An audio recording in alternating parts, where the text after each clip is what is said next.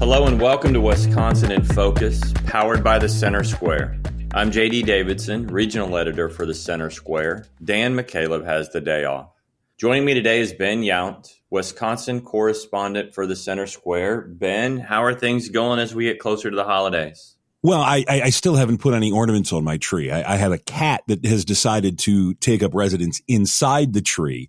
So we've got two naked trees and a box full of ornaments. Some of them like, family ornaments. Kids made them when they were in second grade kind of stuff. Once again this year, my daughter's cat has taken over our Christmas experience. I don't even know if we're going to wrap presents under the tree because, the cat likes to bite onto those as well. You're lucky. The room I'm sitting in, I'm staring at 4 trees, not counting the tree my fiance just bought, which is actually the Charlie Brown tree. We added another one. There's never enough Christmas. No, there's not. We are recording this on Thursday, December 14th, 2023. Ben, it's been an up and down week between GOP lawmakers and the universities of Wisconsin's Board of Regents when it comes to what's actually becoming a nationwide discussion about diversity, equity, and inclusion. Where do we stand now in Wisconsin? Where do we stand now is the question. When we dropped this off last Friday, it looked like a done deal. The Republican speaker in the state assembly, Robin Vos, had come to terms with the president of the university, Jay Rothman. And this was a deal that had been months in the making, even longer in sort of the discussion. And Vos had taken a very hard stance on diversity, equity, and inclusion. He didn't like it. Doesn't like it in the least. And he held up $32 million in other university funds, calculated out the salaries for all of these diversity administrators. And there are a couple of hundred, about 200 of them.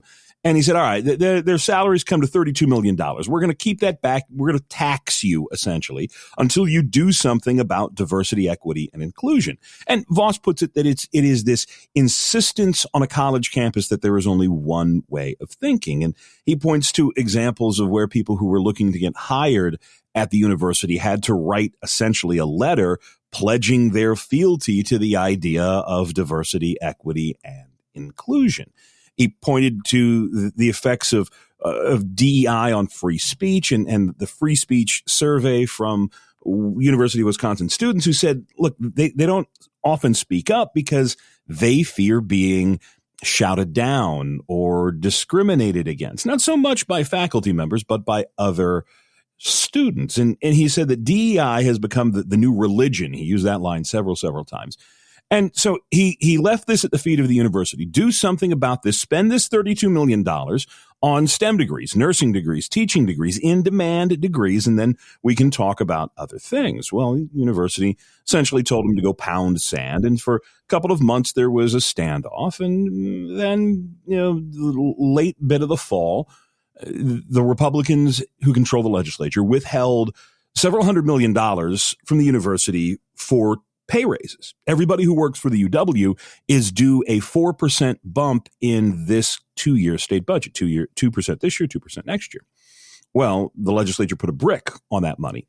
That got attention. The university tried to placate Vos by announcing a $32 million initiative on STEM degrees, but they didn't do anything about DEI, so the standoff continued. Add to this mix the need for $350 million new engineering building at UW-Madison. That was so popular that the UW alumni took out a full-page ad in the Madison paper to say, hey, come on, guys, we need this for our flagship university. Let's come to an agreement. And slowly, but then all of a sudden there was this deal. And the deal is relatively simple. It swaps about 40 diversity administrators. They will be repurposed. No one's losing their job. They will just all of a sudden focus on student success as opposed to diversity, equity, and inclusion. The university would get its money for pay raises. The university would get the money for the engineering building on UW-Madison campus. There would be a 3-year DEI freeze across the entire system. And there'd be a couple of $1 million for some projects on the smaller campuses. I know that UW Stout, way out western Wisconsin, needs a new rec center. So there would be money released for things like that. Friday, that looked like a done deal. Saturday, UW Regents get together and vote that deal down. 9-8 said, no, we're not going to do this. This is selling out students and faculty members of color for a couple of $1 million. On Monday, as we wrote, the speaker said, look, I understand. I'm going to give him some time to reconsider, but this deal doesn't last forever. And he was emphatic that saying the deal does not change. This is a take it or leave it option. The head of the Republicans in the Wisconsin Senate, Majority Leader Devin LeMahieu, said pretty much the same thing. That may have been the impetus to get Regents to reconsider that, or the reality that they very well possibly could go 2 years without having a raise, if not 4 years without having a raise. So flash forward to Wednesday evening, and the Regents flip. It goes from a 9-8 vote against this DEI bill to an 11-6 vote for it. And that then touched off a wave of anger from Governor Evers and Democratic lawmakers across the state. It's fascinating to me. And remind me, and if you know, how many total DEI positions are there at the university? I want to say it's like 203 or maybe 213. It's 200 plus, but it's not much more than 200. And the vast majority of these are administrators. And if you go to almost any public university in any state, you will be able to see. In fact, I think we've written about this, various different states at the Center Square, the growth in administrative bloat. And so this is something that these are not classroom teachers. These are not professors. These are people that do something. And most of them happen to be on the campus at Madison, which is the largest campus, which is also the flagship campus. Sure. Well, where do we go from here? Well, we have to get through the sort of bumps and bruises of this week. The governor took time out yesterday to really rip Republicans for, as he accused them of using their power to force the university to do something that Regents didn't agree with. The governor's quote, the vote represents a vast overreach by a group of Republicans who have grown exceedingly comfortable overextending, manipulating, and abusing their power to control, subvert, and obstruct basic functions of government. Now, the governor also is trying to sue to force the legislature to pay these pay raises. The difficulty there is that the Constitution of the state of Wisconsin gives the assembly the power of the purse. The legislature decides how money is spent, even if it's agreed to. There's nothing that the governor cannot force the state to spend money that it does not want to spend. The really interesting question is what happens if Republicans at the Capitol next year or the year after, when we write a new budget, or just at any time, say, all right, well, we've gotten this much. We've gotten this much of a concession on DEI. We want more. Reporters asked that to UW President Jay Rothman after the vote, and he said he wasn't going to speculate.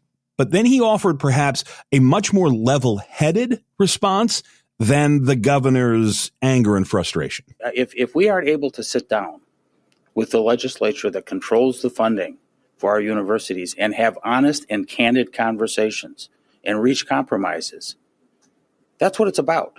It's not about, in order to lead, in order to govern, you have to be looking at those issues. You can't simply ignore and say, I'm not going to compromise. That's not the way a democracy works. So I think having those candid conversations and the willingness to have those candid conversations as transparently as we can, where we can articulate what our concerns are, and we can have conversations with legislatures so that we can reach a compromise. That at the end of the day, I suspect the good definition of a good compromise is no side is particularly overjoyed, right? I did that in my prior life and negotiated contracts all the time. That's just reality. But I think it is critical, if we are going to lead and if we are going to govern, that we need to be able to make compromises with the legislature that controls a lot of our funding, and we will continue to do that, and we will continue to do that in good faith. So where do we go from here? Well, a lot of that depends upon the president of the university. Can he convince Regents to move forward, even though they may not like all of the specifics? Because, again, the university is looking at some tough times ahead. There is a demographic bubble. The cost of a college education continues to go up. And every survey that you see, more and more young people, the people who fuel colleges and universities are starting to question the value of an education. So this is by no means done.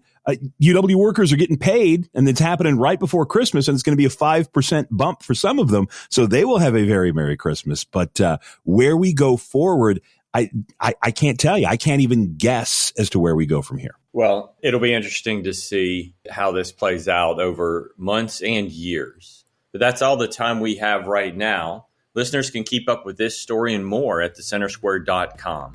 For Ben Yount, I'm JD Davidson. Thanks for listening, and please subscribe.